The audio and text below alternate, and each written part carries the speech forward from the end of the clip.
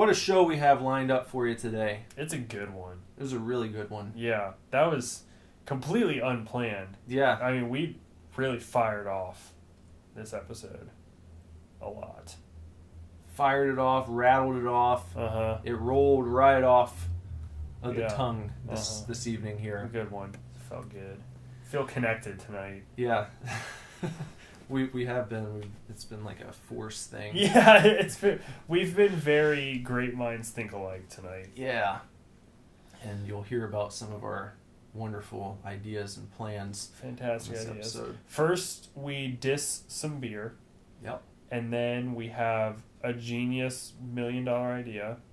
And then we give you an update on music. Mm-hmm. And that's pretty much a good summary of the cast today. Yeah. But it's beefy. Yeah, There's a lot there. there's a lot of meat for you to handle. A lot of flank steak. Some flank stank. Yeah, tons of it. Tons of Yeah. it. I hope my mom listens to this. So, before we get into it, as always, make sure that you check us out all across social media. Twitter at SuperDivorce, Instagram, SuperDivorce Band, Snapchat, SuperDivorce, Facebook.com/SuperDivorce, The Divorce Club on Facebook. And Benderbutt on Instagram. Benderbutt.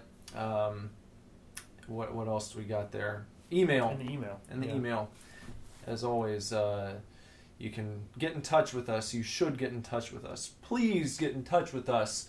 Touch us. Touch us gently, but touch us nonetheless. You can do that by emailing divorceclub@superdivorceme.com, which superdivorceme.com is your One-stop shop for the Super Divorce Superverse. newly redesigned a little bit. Yeah. Not really, too drastic. It's just the layout's changed slightly. Yeah, The navigation. It's a little bit more straightforward. Yeah, a little more straightforward. But it's nice, so you guys should definitely check out superdivorceme.com. And that's about it. So we'll stop keeping you here in the intro and let you get to the show.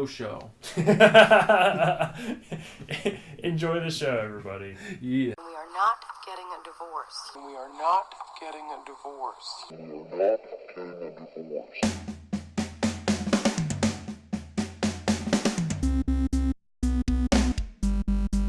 Hey man, welcome to the Super Divorce Supercast. I'm Nicholas. I'm Bender. And right away, Beer me. here,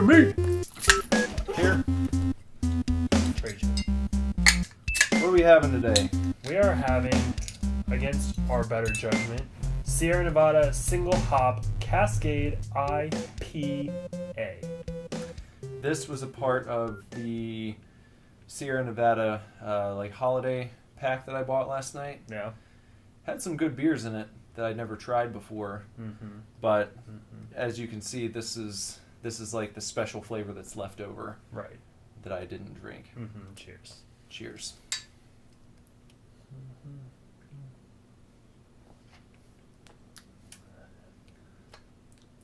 It's not awful. I've tasted hoppier beers. I'll say that. Yeah. I'm not a hops fan, people. I don't like pale IPA Sierra Nevada bullshit. All you hipsters out there are like, IPAs are life. I bleed Sierra Nevada.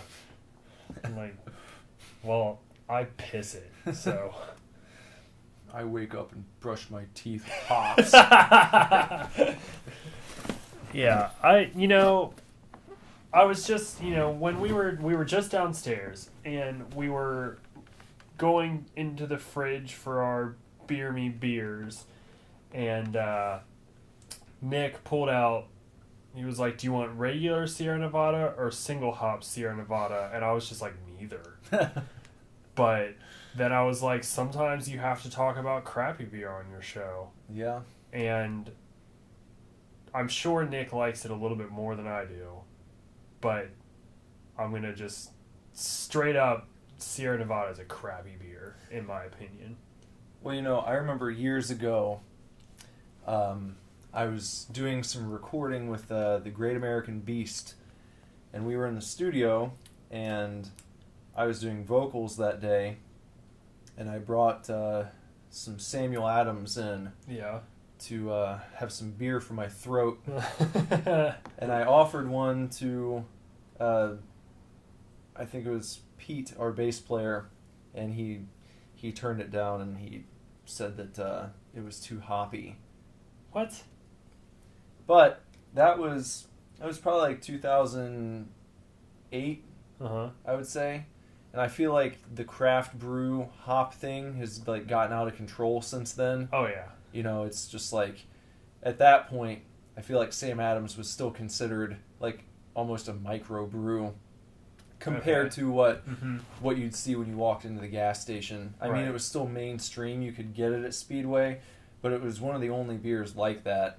You know, you'd have Miller, Bud, and whatever other Natty Light and all that kind of shit. And then Sam Adams, that was like your high-class, snobby beer amongst all those others. But I remember when he told me that it was too hoppy, I came back and I told him that he just had an unrefined palate. So maybe that's where we are. Maybe we have unrefined palates and we're just haters. Maybe it's like people who fucking hate on black coffee drinkers. And like, how can you drink that? It tastes just like bitter water, you know? Like, yeah, but you this is get a taste for it over time. Yeah, but I have had black coffee over here, and I don't drink black coffee either. But I've had a cup or two over here that you have brewed, and like, it's not the worst thing, and I'm able to finish a whole cup. This is just like, I would never go out and buy this for myself. Black coffee, like, if I have to, I have to, you know? Yeah. This is like, if I have to, I'm going to drink water. I don't like water either. You don't like water? No, I flavor my water at home. Oh. We buy like glass bottles of like juice or something like that, you know, resealable. Yeah. And then we buy like flavored squirt shit, you know, and fill our water bottles and put them in the refrigerator while we're at work, and then, you know, you come home and then you get a little flavor in there. I love water. It's refreshing on occasion, but like at home, you know, we don't drink like anything. Literally, we pretty much only drink water. But I have to flavor it, you know, because if I'm just casually having a drink with my meal, I don't want to wash down, you know, whatever it is I'm eating with just like a no nonsense liquid. Like I feel like that's the best way to do it. Because then you keep the integrity of your meal. But you don't get like berries. But drinking, you know, and I'm not going to make an argument that like drinking pomegranate water is going to enhance the flavor of your meal. But a nice porterhouse steak with some lemon lime. Like, I'm not going to make that argument. I'll make it about wine or certain beers with certain foods, but I don't like cleansing my whole palate between food items. And I think protecting the integrity of the flavor is drinking a flavored beverage between your food, because you're not just like, you're not washing. I don't like washing out my whole mouth. Plus, I don't eat like one thing at a time either. I go back and forth, and I don't need that radical change of flavor all up in my business. Very well. You know, I'm a fast eater too. I pretty much inhale stuff. You don't savor the flavors. For being a cook, no. Well, unless it's like, you know, a good steak, right? My dad makes hella good steak, and that's definitely... What kind of steak does he usually make? Normally flank steak. Flank? Yeah. I don't even know what that is. I don't know. I can't tell you. We've always gotten flank steak. What does it look like? What's the cut? Is it thick, or is it more like a New York strip, or is it like a what do you call it? I don't know. T-bone? I don't No, know. not the T-bone. The fillet. the fillet, that was always my favorite. Mm-hmm. The nice, like, The thick. little thick, yeah. Yeah. No, a flank steak is like I don't even know. It's like it's a flank of beef. Does it have a bone in it? No, No. and you No bone to pick with broil it Mm-hmm. in the oven, and then my dad slices it relatively thin, like not Euro lamb thin, but I don't know, like I don't know, maybe quarter of an inch. So you get on your plate, you would have slices Yeah, of like steak. like strips. I mean, you have to cut into them. It could be like half an inch thick. It's a nice little, it's about 5 inches long, maybe. Slices are about 5 inches long, and half an inch thick. So you get like a couple of them. You get like two or three slices of flank steak, and eat them like that, and it's delicious. I don't know how you. Well, you don't eat meat, so that's. Oh, I used to. You used to, But yeah. even growing up, we got like a T-bone or porterhouse or a fillet. Pretty but much I've my never... whole life, we called it flank stank. One time my mom went up to a butcher and ordered flank stank, and he was like, what? Huh. Did you guys ever go to Zink's? Yeah. Yeah? Yeah, Zink's is like where my grandma buys like all of her meat. Like she like refuses to go anywhere else. I mean, even deli meats, I think a lot of times she would go to Zink's. I don't know that. why, but it makes me happy to know that your family went to Zink's as well, or goes to I'm Zink's. pretty sure my grandma's like tight with the owner. Yeah. Yeah. That's where we always got our steak, and the when an occasion called for like the high class choicest deli meats, that's where you go. Yep, in this area for sure. Yeah. Go to Zink's. Zink's is where it's at. I don't even eat that stuff anymore, but yeah, I haven't been there in a long ass time. It's hard because Lindsay's not vegetarian, but she definitely doesn't eat the same amount of meat that I do. So it's like I don't have an excuse to like go buy good steak or anything. well, I don't know. Maybe she would eat it if I made it. you could surprise her one night Yeah, just with some flank stank. some flank steak, some bacon wrapped flank steak, or get some filet mignons or something. Growing up, we did every now and then. I have the benefit being a cook. Every once in a while, I've had a chef. The multiple chefs that I've worked for, got like a little wild hair up their butt, and they're like, we're gonna do a steak night, at either the home or, especially when I worked at the golf course, there was plenty of that. But I'm not gonna go out to a restaurant often and order steak, especially filet mignon, and especially if I want it to be good, because that costs money. It does. Like a lot of money.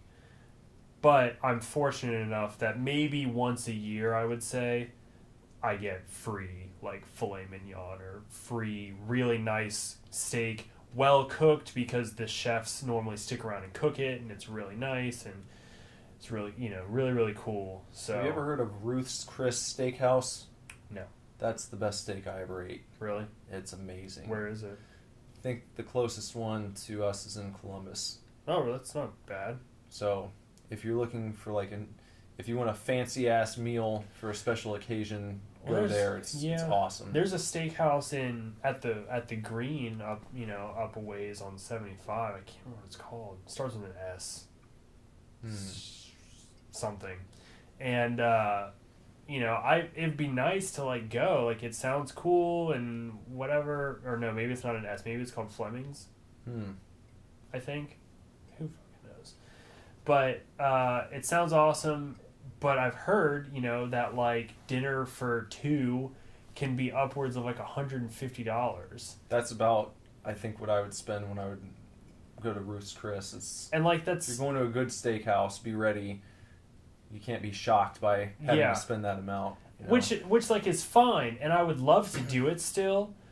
And I'm told that you're spending $150, but you get like a shitload of food. Mm-hmm. Like, you're not ordering a steak and mashed potatoes and it's coming out skimpy on your plate with a little dollop of mashed potatoes and some chives. No. Like, you're leaving with food because Mm-hmm. you're not going to eat it all. Yeah. Which, like, is great. I appreciate that. And, like, if you're gonna spend $150, like, make it worth it. But at the same time, like, why don't you just give me a normal portion so I can walk out of here with $50 instead of having to spend $150 just to, like, be here? But I guess that's your atmosphere. And Yeah. it's probably with wine. Yeah. Yeah, exactly. You always have to get a glass of wine, I feel. Probably But, a bottle. if you want to do that a few months out, if Mhm. you start putting away $30 a month, in a few months you've got your little stash there and you can have your night out and it's Yeah. no big deal. Yeah, just blow your wad all over some steaks. Wads of cash. Making Which it is how, rain. jumping a little bit, it makes me think of like when people bitch about just high priced items in general. Like no one's making you buy any of this stuff. Like people, I'll see like on Reddit, it always happens. Anytime someone would be like, they post a picture and it's like, check out my game room or here's my new gaming setup, and like they show all their games and like their consoles, and one of the top comments is always like, must be nice to be rich, or like, it'd be cool if I had that much money. And it's like, you don't know.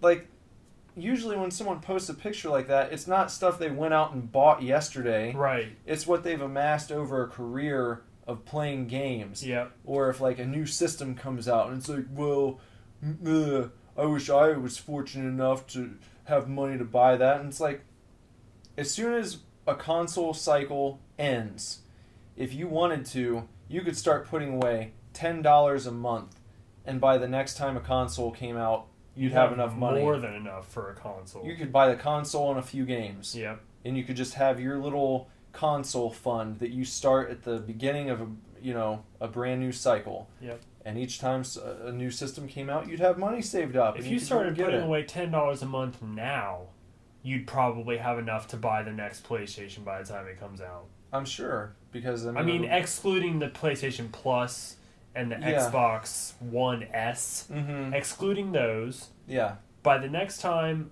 they unveil the next step in home gaming system, if you start putting away money now, you'll have enough money to buy it. If you would have put away money when the Wii U came out, you'd have enough money for a Switch already. Yep. You'd have more than enough. Easily, because the Switch is going to be a $250? Yeah, I think so. Like, Something fucking crazy. baller, first of all. Yeah. So, go Nintendo on that. But, Yeah. I mean, now, I understand that. I'm terrible at it. So, like, but at the same time, I'm not one to, like, complain. Like, when PlayStation came out, I didn't get one right away, but I got one by Christmas because I asked my parents if they came up with half and I came up with the other half, if that would, be fun. And they did that. But so, yeah, it's hard for me when I see expensive items, because I am like, oh, I really want that. But I'm not going to, like, bitch like some people, because I'm like, okay, well, if you just would save for once in your life, then you could have it. But if you're not going to save, you can't complain about not having it. And I'm not very good at saving, so I don't really complain about not having a 4K TV or a 65-inch TV. Like, I have a nice 40-something TV, and I'm, like, fine with it. But you understand that if you really wanted to, you could make it happen over a period of time. If I tried really hard, yeah. That's all I'm saying. Right. None of this stuff is owed to anyone. Mm-mm. If you don't have the latest game or the latest game system or the fanciest car in the world, like, all that shit, they're fringe benefits in the society of humanity. It always... Like, it's not owed to you. Yeah. you have to earn that stuff if you really want it. You know. Yeah. You know, and like as far as just gaming goes, it always baffled me, like working at GameStop, the amount of people that would come in the day a game is released, and this is it's on topic, off topic, that would come in the day of release and be like, well, how come you don't have any left? Like, because we fucking sold out. Like, Yeah. However, pre-orders have been available for months upon months, and so the tie-in here is that when gaming is concerned, if you're like super butthurt because you want this thing, but like, oh, it's too expensive, or it must be nice to have all that money, or blah blah blah, whatever, like fucking pre-order shit, man. Yeah. I've had Persona 5 pre-ordered for I don't know how many months, and I haven't made a lot of payments on it, but I've made more than one. Yeah. And it doesn't come out till February. And I'm like, I still have all of January to pay off most of it. I'm going to get Christmas money that I can use to pay it off. It's not even for me, it's for Lindsay. But still, like, it comes out like on Valentine's Day, so that's done. Don't have to worry about that.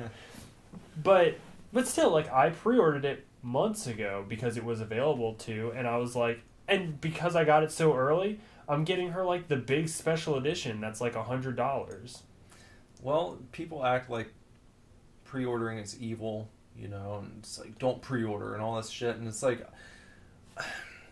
I understand people being against like bonus content for pre-orders, Yeah. especially when it's like, I am annoyed when a game comes out and you see the hype for it and they're advertising it, and it's like, if you want this armor, pre-order from Amazon, or this armor is the Best Buy exclusive, or this one is the GameStop exclusive. Yeah. That's kind of a bummer. But if you just want the game and you have this option where you can walk in, put down $5, and you've already guaranteed yourself a copy when it's released that will be there for you, and also you can pay on it incrementally until it comes out. If you choose, or you can just fucking be a bitch and wait and then pay $55 Yeah. when it comes out, which is fine. People do it. I'm probably going to do it with Persona.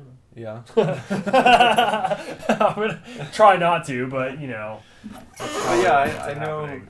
I know those people. I remember them. You know, come in and give you throw a little hissy fit when you've sold out of something that, you know, they just didn't feel like pre-ordering. You know, you should just have extra copies. No. Well, the that's not how it pre-orders works. kind of give them a roundabout number of how many to send out to a store. Exactly. The pre-orders, like, it's not up to GameStop how many extra copies they get. Yeah. It's the distributor, and it's based on your pre-order numbers. Like, oh, they got 27 pre-orders. We should probably send them 30. They're not going to manufacture more copies than they think they're going to need right away. Right. They're throwing money out the window if they do that. I'm surprised that... Well, I'm not surprised, but it's really interesting to me that comics and probably records, like vinyl records, are some of the only things that we sort of pine over having first printings or pressings. Mm-hmm. Like, why not video games? I mean, they have the day one editions, Yeah. which is kind of your first print, so to speak.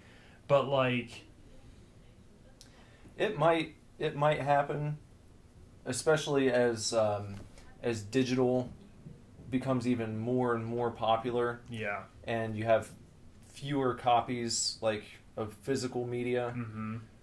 They might be more highly sought after by Like a collectors. first pressing of Yeah. not pressing, but a first release of, Battlefield 7. Mm-hmm. They release a first wave, and then everyone buys them up, and then based on the demand, they release a second wave. Yeah. Which is basically how comics work. Mm-hmm. If a printing sells out, they reprint probably the same number, I would assume, and send it out again as a second printing. Yeah. And then sometimes third or fourth, depending on how popular. I've seen up to sixth printings. If many times if you have an Image comic in particular that gets an image first Yeah. release, which is the first issue for only $1, the image first signifies the 6th printing of that issue. Oh, okay. Typically. So like Saga has a image firsts and Sex Criminals has an image firsts and that kind of thing. But yeah, it's interesting that like, you know, especially when you can pre-order games and things like that, there's not like a market for first release game. And then, I mean, because it's interesting, like, even with comics, you're getting the same thing. It would be cool if they started doing something where your first pressing of games had, like, you know, your original cover art, and then if they went back to the press, they changed it. Yes, because comics do that a lot. Yeah. So you could have, like, your second printing variants. Yeah. That would be fucking rad.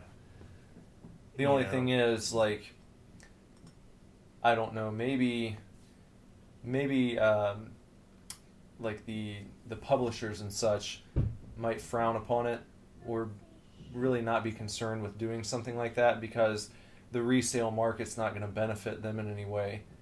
You know, if people are turning around and selling their first pressing on eBay, like, the publishers don't give a shit. They're not making any extra money off of it, so it might just be like, here's your basic cover art. This is what we're doing for all pressings because we don't have to go back and change it. We don't have to hire anyone or pay anyone to come up with a new design. Or maybe we should just, like, be moguls, because I know neither one of us can design video games. I mean, you probably can because your fucking talents are endless. But as of now, no. No. We should just be moguls and start a gaming company, you know, where we produce games and we signify, like, we make a point to be the first pressing, second pressing people. Or what if we did what... This might be brilliant. If you're listening right now... We have so many brilliant ideas on this show. What if we started a company that was like the video game equivalent of, say, like Shout Factory, or you know, or Arrow, where you repackage the game, you go out, you do like new interviews with the developers. Oh my god! You give people real fucking instruction booklets like they used to in the old days, nice thick instruction booklets. You hire artists to like create new original artwork to highlight to do the covers of the booklets. Yeah. And you reprint the instructions and you like have screenshots in there and control layouts. Yeah.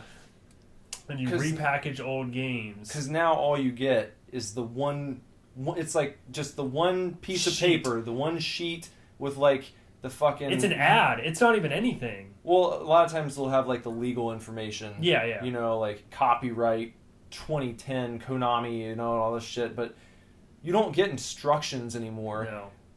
Well, I will see now a lot of times on that sheet, it'll be like, for instructions, go to, and then they give like a web address.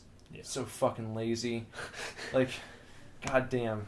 You know, you're paying $60 for this game or whatever, and sometimes more for a special edition. They can't give you a fucking old-fashioned instruction booklet. Like, come on.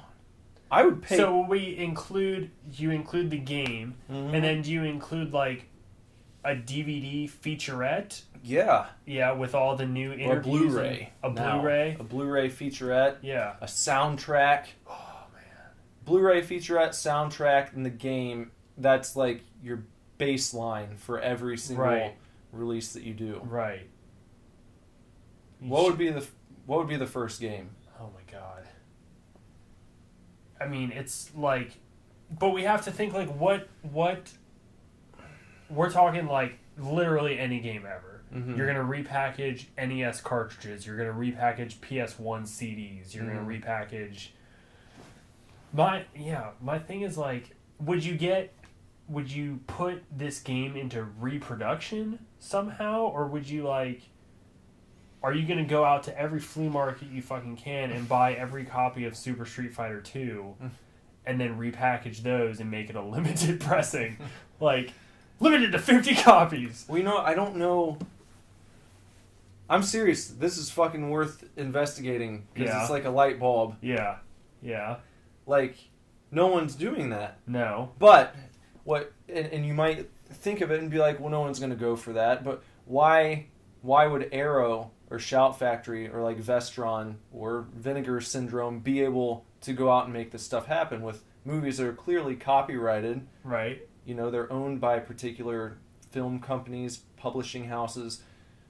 There's obviously some way to like make this. Well, you gain the rights or you gain permission. Yeah, and then of course you would probably pay them a percentage of whatever profits you make. Uh-huh. Because it's something that they probably don't have the time to do. They're not probably going to take this idea and run with it and you know, devote resources to, you know, making new documentaries for games that came out 20 years ago. They're more worried about what they're doing now. Right. So if someone comes along and presents this idea, there has to be a fucking way to make it happen. I don't know. It's just it's a great idea. Just like what would be the first game? What would, you know, are some of these people really gonna like give a fuck that you want to interview them about it? Like, well, I feel like it's probably the people who were involved in the process of making it. That's a lot of work to make a game. Yeah. A lot of work that goes into it. So I feel like a lot of people would probably jump at the opportunity to sit down and talk with you and to like have this, I'm guessing, very important time in their life kind of brought back to the forefront where they can tell some stories about the process. Because, you know, really before special editions within maybe the past 10 years or so, you never got like a featurette on a video game. No. People just, I think that companies probably assumed no one was interested in seeing like people making the game. It's like, well, who wants to watch that? Same way that you probably would have felt 15 years ago if people said, who wants to watch a featurette about the Mutilator? Yeah. So, but people do, because people like, they like finding out more information. They like hearing the stories that went into the creation of these things that they love, like games and movies and music. So it only makes sense to me that people would want to sit down with you and give you their stories. I think the only holdup is producing, like, if you think about like the rate that Arrow and Scream Factory sort of release things, it's consistent, but it's like a title or two a month, you know? And with like, I mean, there's just horror movies upon horror movies. It's just like a exploding at the seams genre. And it's the same with video games. Like, there's just every fucking video game ever. So, like, but my only concern is that, like, you wouldn't be able to have a universal platform for all of these games. So, releasing... Like a universal package? Not package, just, like, you can't play all of these games on the same system. Yeah. So, like, whereas Arrow and Scream Factory, like, you just need a Blu-ray player. And you can watch anything from Arrow, or you can watch anything from Scream Factory, or anything from Vinegar Syndrome. Like, this would be so much more selective, because if you released, you know, a super special edition of the original Metroid, you know, only people that have working NESs are going to be able to play it. But many people who don't even own an NES and probably have no interest in owning one would still be up for buying it if they love the game. Because now there's so many ways you can play the original Metroid, unlike the Virtual Console. You know, there have been re-releases on I think on Game Boy Advance, probably on DS through the Virtual Console, or people can just get an emulator. Not everyone's concerned with actually putting the cartridge in, but to have a re-release of the cartridge itself with new artwork, with a new instruction booklet, with a nice box, because most people that were kids when the NES came out, we never kept our boxes. I'm sure some people did, but most of us didn't. It was like the cardboard thing. You get out of the way and you've got your stack of NES games. I mean, I've got on my shelf over there. Yep. Now if I come across a nice box, I'll buy it, a nice copy of some classic game with a box. That's awesome. But most people didn't hang on to them. So that would be a neat thing to have, a new opportunity to purchase this classic game with a brand new package, and just display it.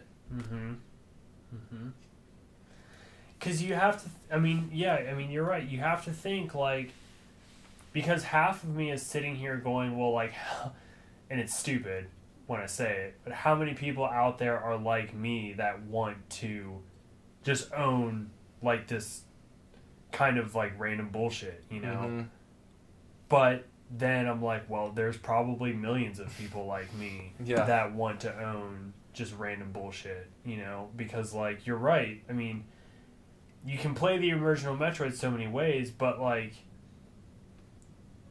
how many of those people that love that game are going to be like, yeah, I'll buy a whole new cartridge that I can't play, but I just want to have it.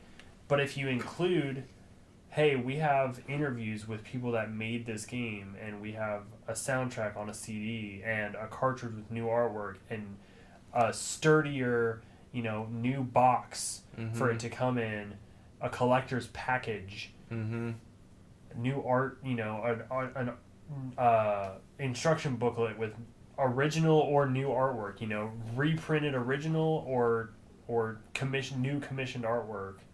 I'm thinking if you did on console games from that era, it would be cool to keep the same type of package. Yeah. But you could almost do the reinforced cardboard, on an iPhone box, yes, or something like that, where you can knock on it. It sounds like someone's at your front door, but maybe you don't open a flap, but you lift it. Yeah, you could do something like that with a nice material inside for the game to sit in. Yeah, just. Or it slides out it's a a Hot Pocket cover, and the game slides out of it. Yeah, in a tray. Yeah, that'd be rad. Yeah, that would be cool. I feel like. What would be game number one? That's so hard because I'm not as much of a gamer as you are. I don't think. I feel like a good way to approach it would be to pick a game that is not Super Mario Brothers. Right. That not everyone knows about, but it would have a good niche crowd where it's not something that's likely to be available on the Virtual Console, and it's maybe not something that the masses would be falling over themselves to get, but something that you could charge a high enough price to make a profit that the loyal fans of that series would be more than willing to pay because of how fucking awesome it would seem to them that this thing is getting a re-release and they're doing this for it. You kidding me? That you could make that emotional connection where people care more about the fact that this is being done.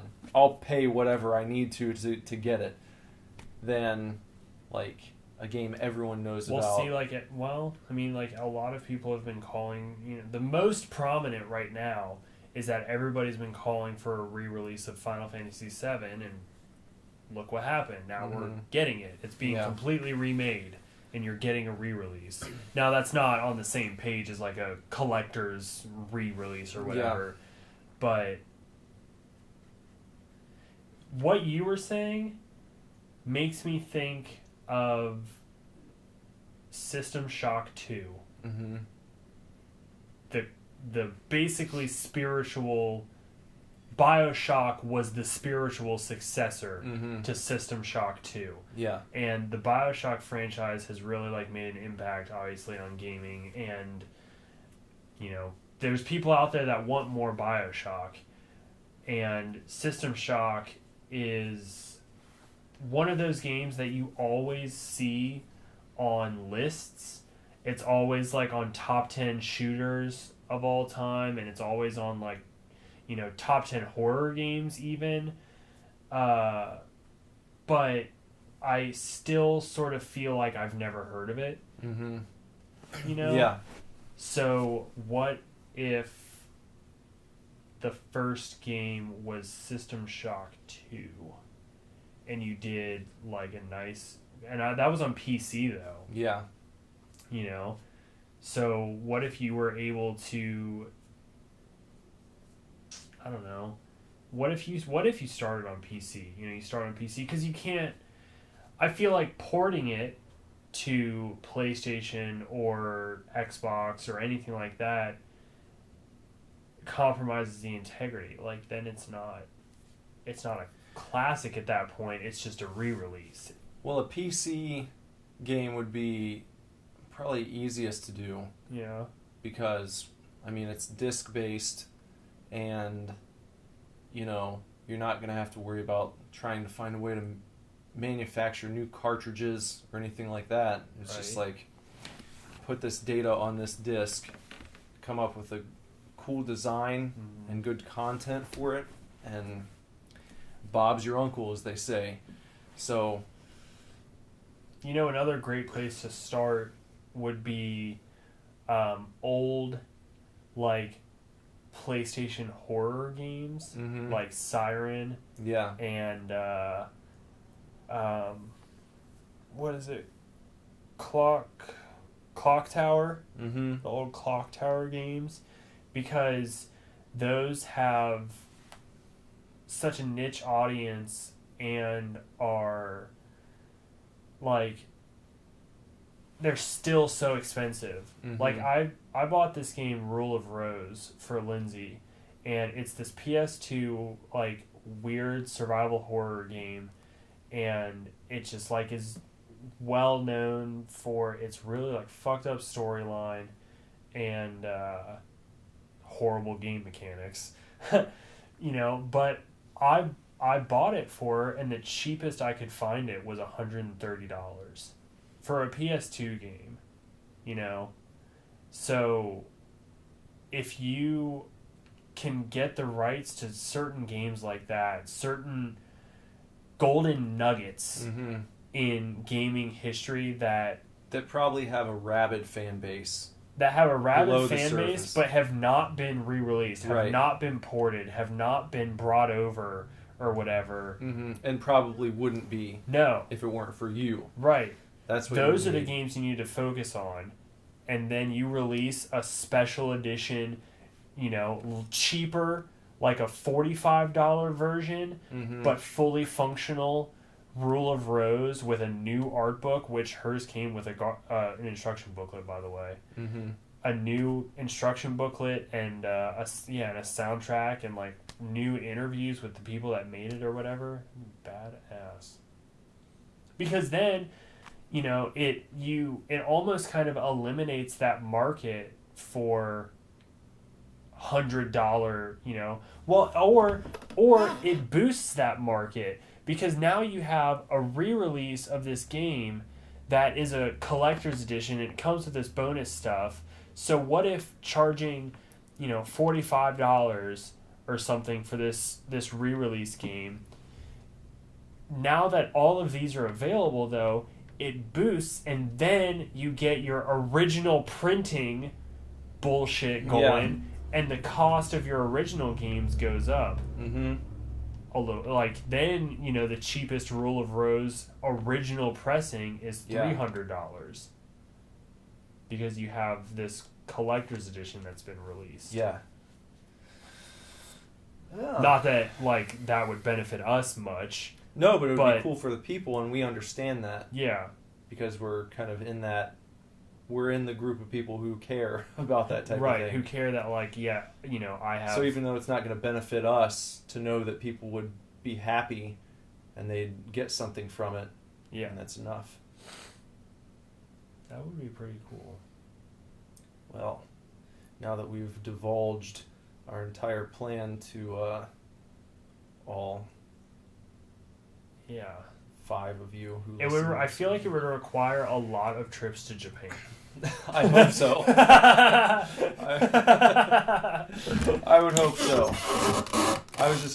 I follow, like, I check Hideo Kojima's Twitter account every day, and just like every picture he takes from just like walking around Japan, I'm just like, God damn, I want to go there. Yeah. It's so cool. Just he posted this picture, and it was like at a convenience store, and they had like an entire shelf space on the wall devoted to Death Stranding and Kojima Productions merchandise. Oh my god.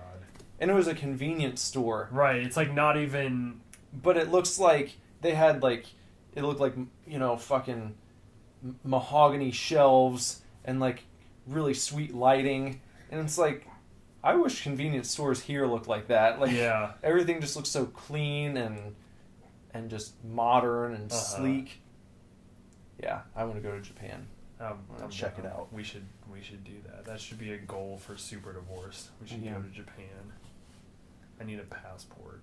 We need a name for the game releases. I know. I've been like kind of mulling it over. I don't have anything yet though.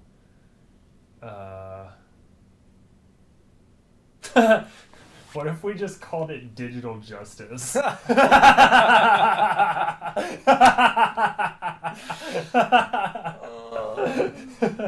a good callback. Hopefully you watch Super Fanatics.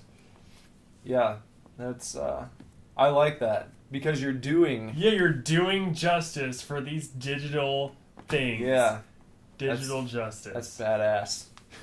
I like that a lot.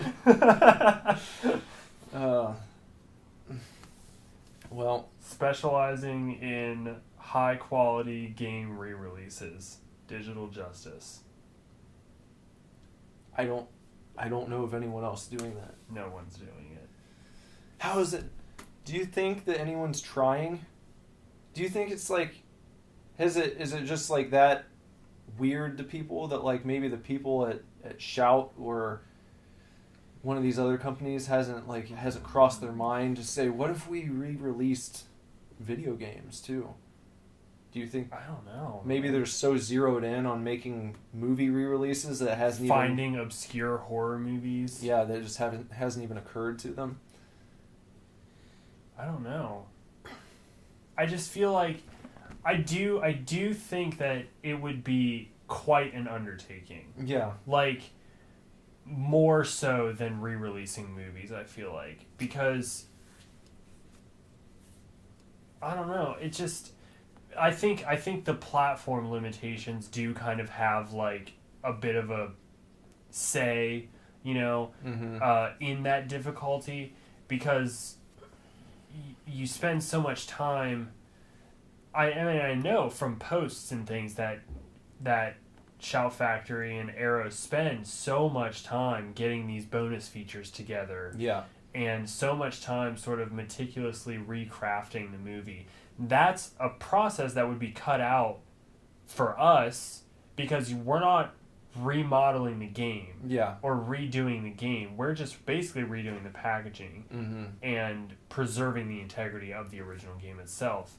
So that is probably a big part of the process that's cut out.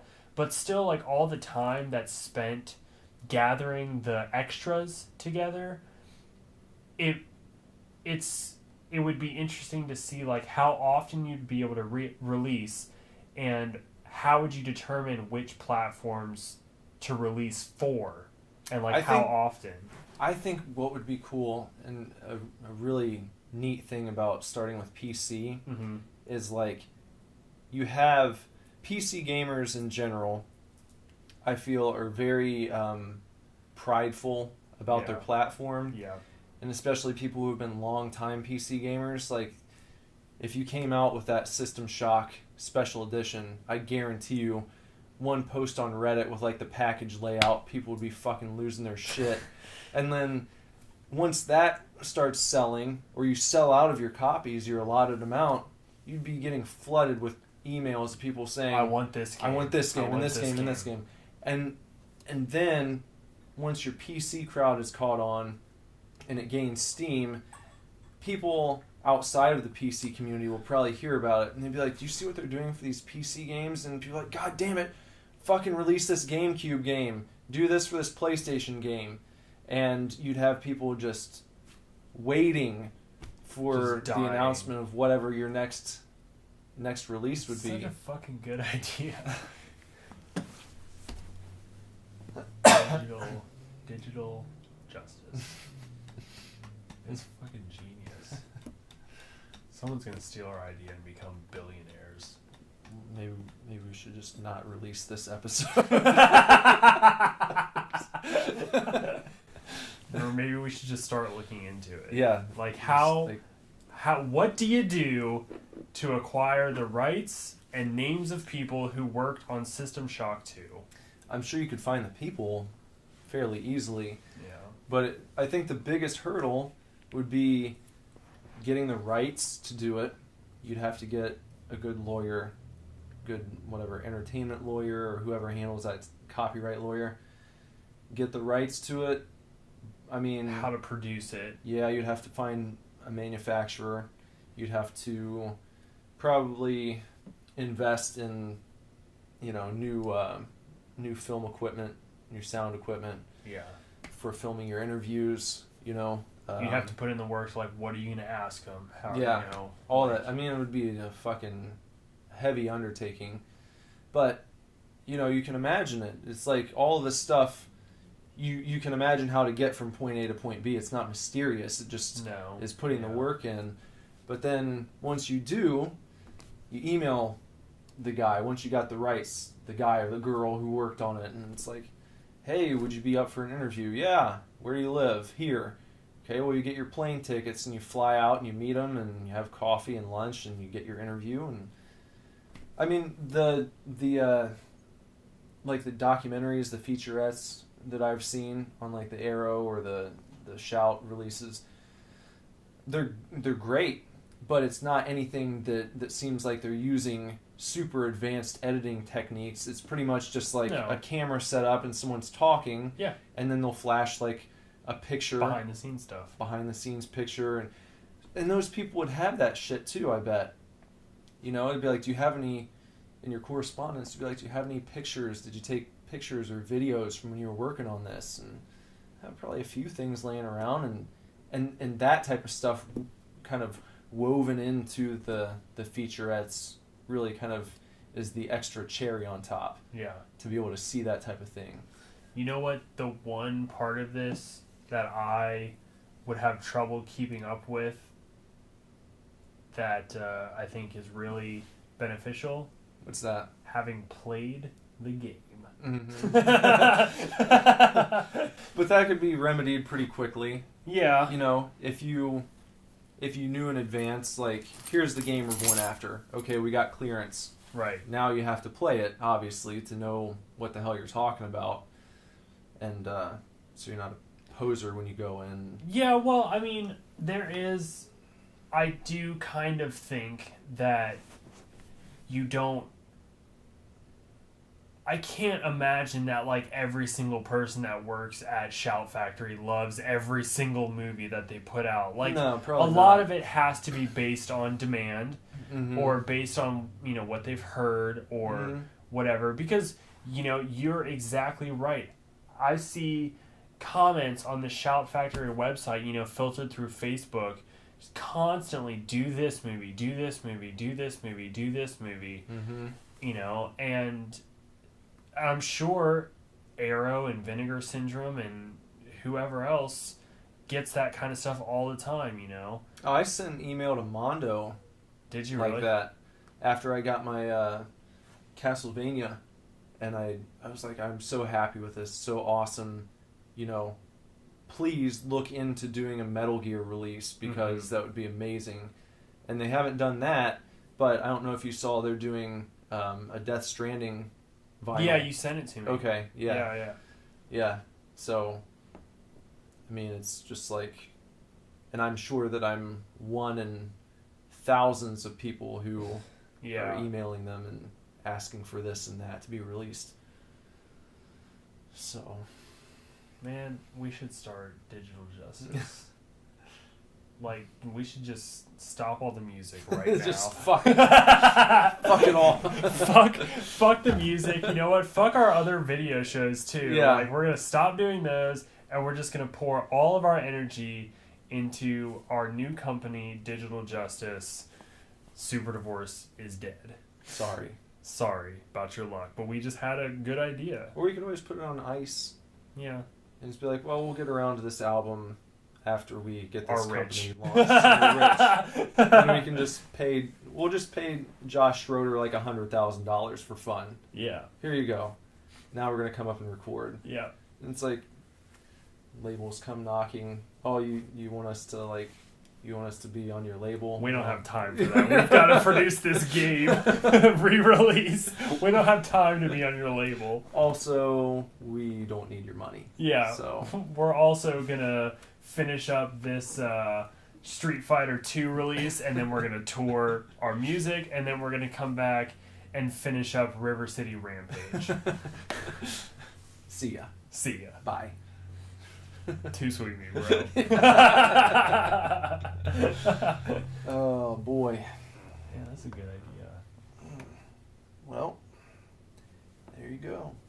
You know, at some point, a guy or two guys or two gals, I don't know who started the things, but at some point a conversation took place where people were sitting around bullshitting, and it was like, man, what if we re-released horror movies with like high quality packaging? Yeah. And then they went and did it. Somebody was like, hey man, you know what movie I really love? Microwave Massacre. You know what I can't find? A Blu-ray of Microwave Massacre. And then somebody was like, why do you want that? And he was like, because it's a crazy movie, man. And then they were like, all right, we should make a Blu-ray. And then they did. And I still don't own it, but I'm really intrigued. I want to buy it. DiaboliqueDVD.com is having an Arrow sale right now. Oh. I was thinking about Arrow and how I'd like to invest in a region-free Blu-ray player. Me too. Because not only that, there are a lot of like Japanese, like from New Japan Pro Wrestling, Blu-rays and DVDs that, you know, you can't get in the U.S. Yeah. It makes me start wondering about like all these other releases that are available overseas in other countries. And fucking Arrow released Pieces, which is basically like the redheaded stepchild version of Texas Chainsaw Massacre.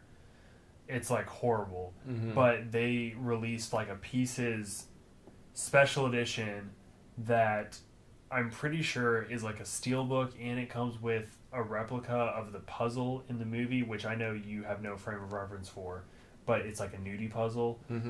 And I'm like, it's not even that good of a movie, and I'm just like, fuck, I want that so bad. It's only a European? Yes, it's a UK release only. Yeah. Like, they're releasing, have you heard of the movie House? It's the cover with the hand floating on the doorbell. Okay, so there's House 1, yeah, and then there's House 2. I found out that those were written by Fred Decker, who wrote and directed Monster Squad. Really? Yeah. Now that you say that, I feel like I knew that, Mm-hmm. but I wouldn't have known unless you'd said something. But, so, I've always seen House and House 2, right? Arrow posted the other day that they're releasing, in the U.S., the Blu-ray re-release, restored, la-di-da, House and House 2. But in the UK, they're releasing House, House 2, House 3, and House 4, all in a big bundle pack. And I'm like, what? You're only going to release the first 2 in America, and you're just going to, like, all fucking 4 of them in a giant 4-disc Blu-ray bundle for the UK? I feel like at this point in human evolution, the whole region thing just shouldn't exist anymore. Yeah. Because now you can... We're talking about right now. You buy a region-free Blu-ray player, and you can just have stuff from different regions. Yeah. So it's not like they can keep it out of the U.S. I mean, it's like... Your wife told me earlier that she ordered me part of a Christmas present that she's assembling, and I have no fucking idea what it is, but part of it is coming from Italy. Mm-hmm. She was just like, hey, I'm making you this thing, but I don't know how long it's going to take because part of your stuff is coming from Italy. And I'm just like, I don't know why I need something from Italy, but, like, awesome. But yeah, it's just like, what even matters anymore? I can get on Amazon UK anytime I want and just order shit. Like, and it has to ship from Europe. Like, the flea medicine that we got for the cats came from New Zealand. the Demogorgon statues that you bought us, yeah, those came from Italy, right? Italy. Yeah. Yeah. You just went on an Italian website on your American computer, yeah, and ordered it, and it took 8 months to get here. But we got them. Do you guys hate this chair? Have you guys been listening to how bad this chair squeaks, like, all the time? Of course, now it won't squeak, but I'm trying to situate. It's your thing, and it is my thing, because I always sit in this chair and hate it. Bender's squeaky chair. Yeah. Well, when we get digital justice off the ground, you'll have a We'll fucking buy a brand new new chairs. That's the goal, man.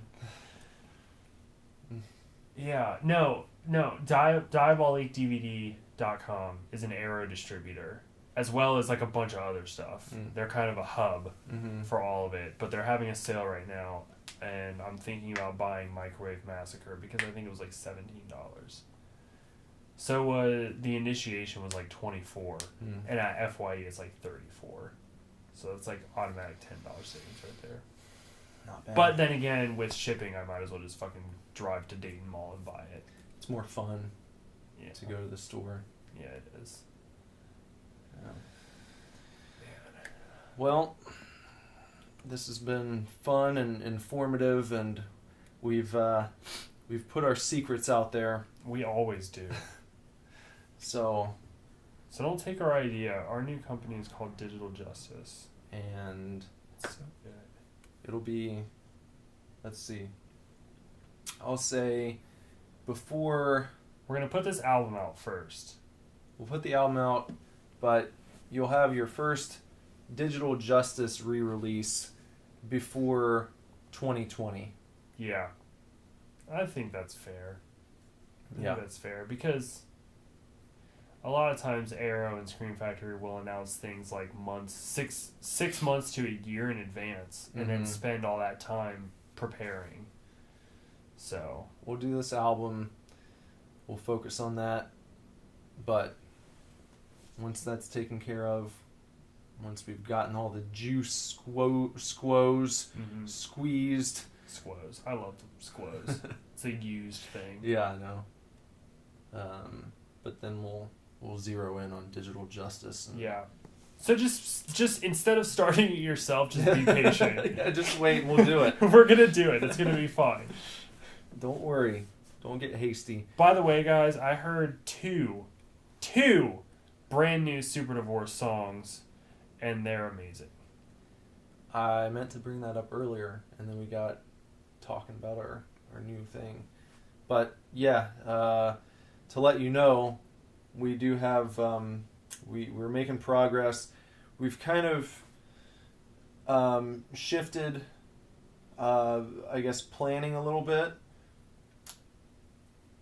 Originally, I think we had talked about doing an album before the one with Josh, but after talking with him and going back through the songs that I had written so far, the first one that Bender heard, the one that I'm really happy with, it's very bare bones right now, but it's what it needs to be. It is, in my opinion, kind of the real. It's a good marker. It gives us a good direction to shoot for, And when I went back through the other songs that I'd written, because I had 9 songs with like synth and a drum beat, and 6 of them with vocals as well. The first one is the only one that I'm in love with, and I don't want us to release anything that we're not 100% on. Yeah. So I'm kind of going back into the lab, if you will, with that first song in mind. They're not going to all sound exactly alike, of course, but I want to use that as the launching point, truly, and take my time with the other ones the way that I did with the first one. Because I felt myself start to rush a little bit. Mm-hmm. Like, we want to do another album before the one with Josh. You got to write these songs quickly. Okay, let me just do this and this and this. But no, we're not going to do that. This next album is going to be a true labor of love. We're going to put the required work into it. Bender is going to be helping me with ideas as well. You know, I think that my role here is going to be to get the structures laid down. Yeah. And come up with a vocal melody and that type of thing.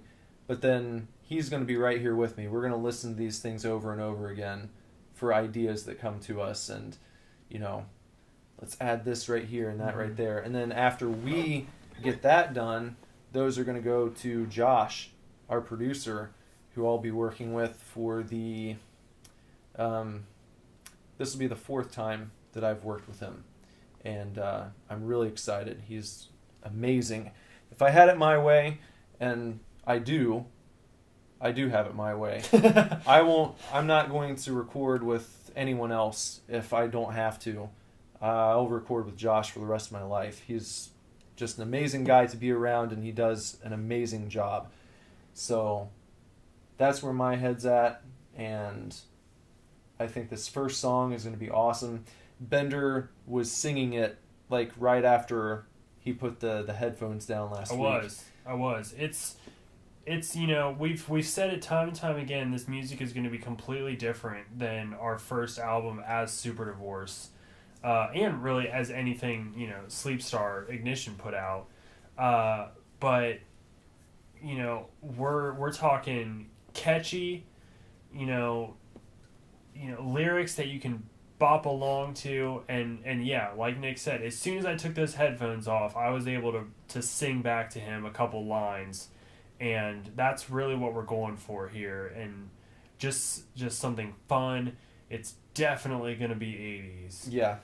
And but not like, we're not trying too hard to, like, the idea is not to be a throwback band. No. It's more like I feel like we're picking up where a certain musical movement left off. Yeah.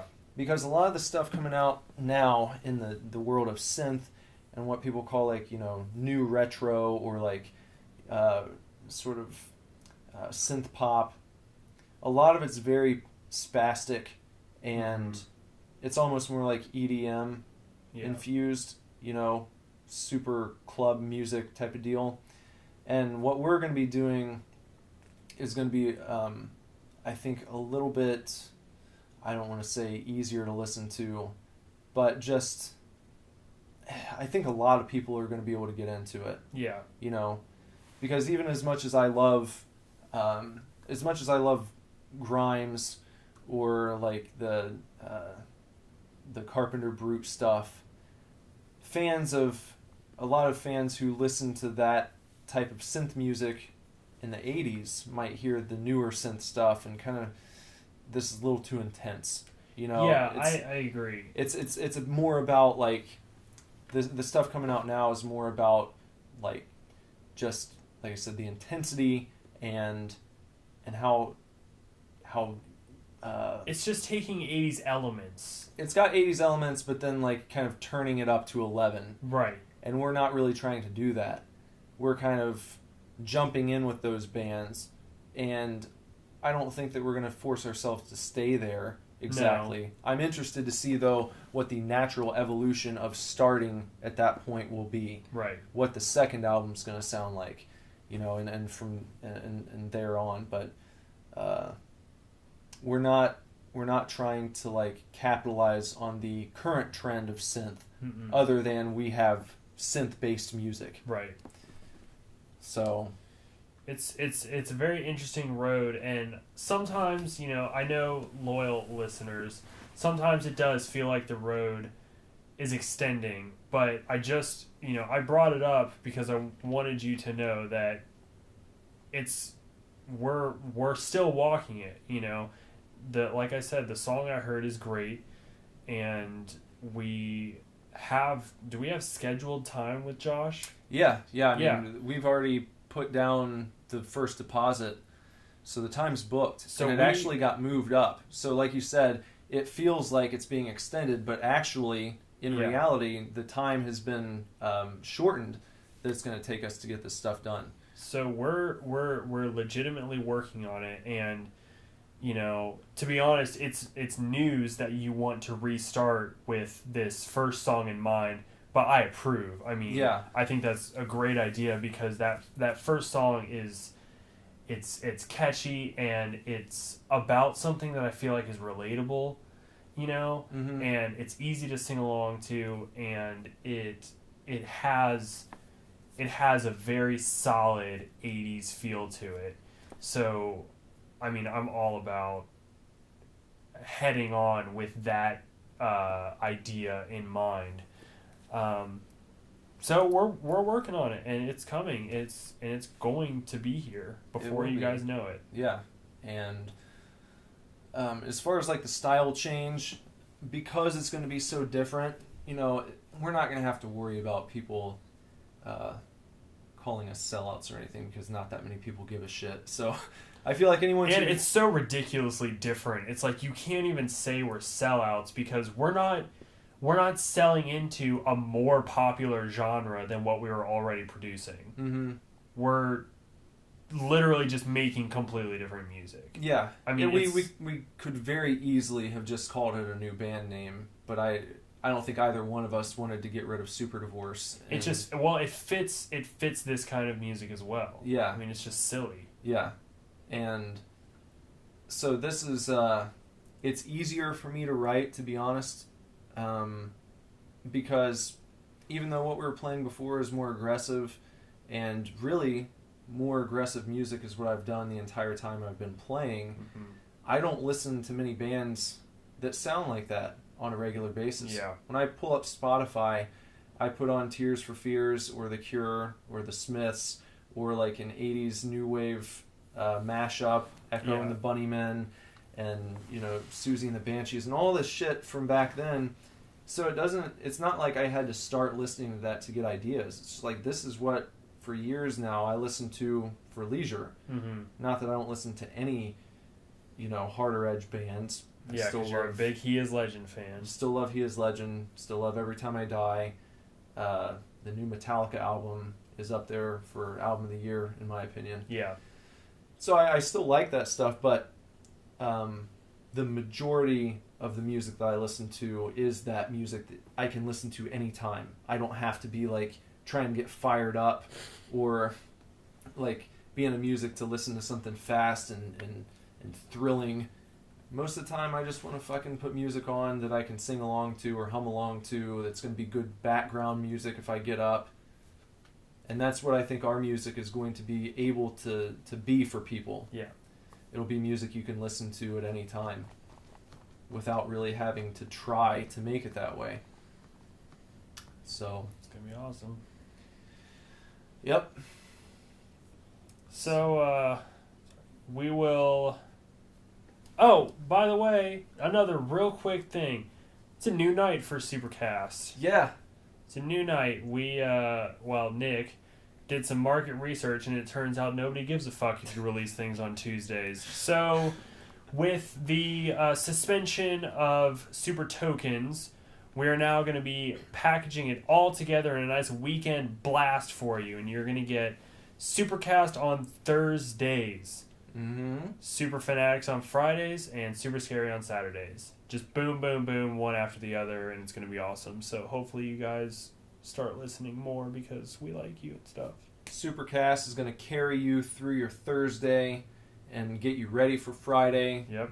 You're looking forward to Super Fanatics on Friday, and then once you leave work the next day, when you're hungover and can't stand up from the partying you did on Friday night, then you just put on your super scary episode. Yep.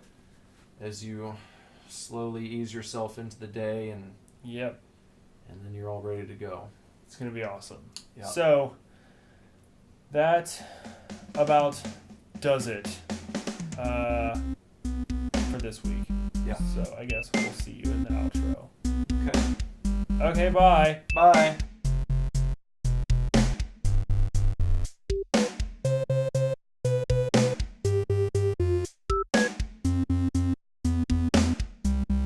And, woo! That's a wrap. What a show that was. That's a good show.